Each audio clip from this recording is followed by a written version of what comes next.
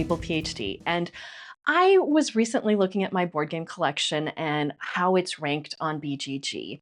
And I was looking at the games that were ranked below 10,000 and found a few gems that I think did not get the love they deserved when they were released. So I'm going to talk about 3 fun games from below 10,000 on Board Game Geek.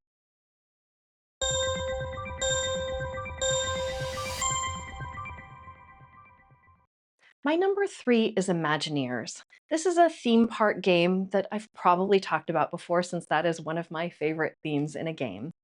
And in the game, players are building out attractions on a shared board and then building out their own roller coasters on their own private board. And then what they're doing is they are moving visitors around the board using this Mancala mechanism. But you have restrictions on which groups of visitors that you can move each round.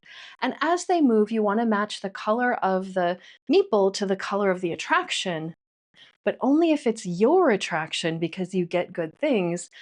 If you put a meeple on someone else's attraction that the meeple will interact with, you still get something, but the owner gets something as well. So you want to make sure that you really want the thing that you're getting there.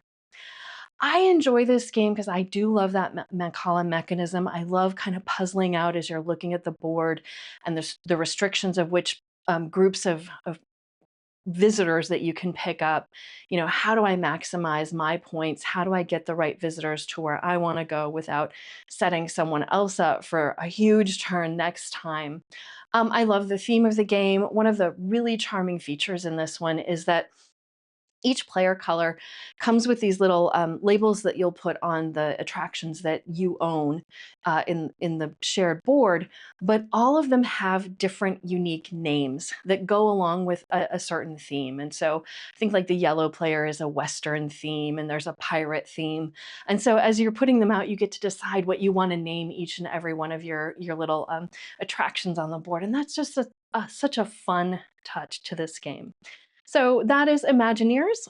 It is below 11,000 actually on Board Game Geek, and it is my number 3.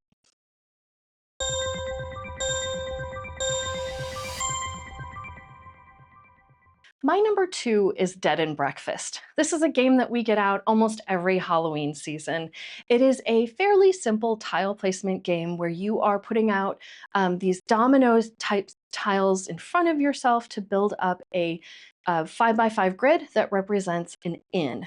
Now, in this inn, you are trying to scare your customers. So the tiles that you're placing out have different creepy things on them, like ghosts or Frankenstein monsters. And then once you finish a complete row, you're going to take a customer and place them on your in somewhere.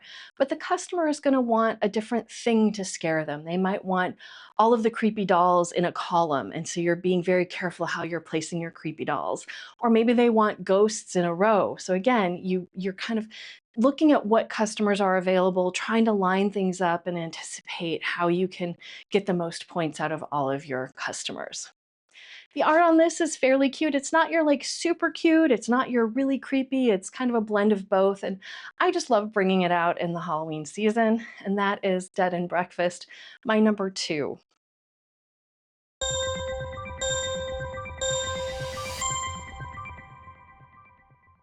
And my number 1 is Little Circuses. This is a game where each player is building up a little circus in front of themselves by placing out different tiles that have attractions on them and different actions. But the trick is that each turn you are moving this little spotlight orthogonally in your tile grid and activating the tile where it goes. But the tile that the spotlight leaves gets a close token on it, so you can't go straight back there and activate it again.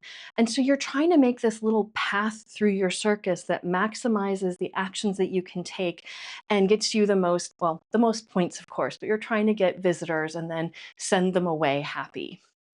I really like puzzling this game out. You're also trying to get sets of different kinds of attractions, and you're doing this within some constraints where at the beginning you get 2 actions per turn, which is you can build something into your circus and you can activate something.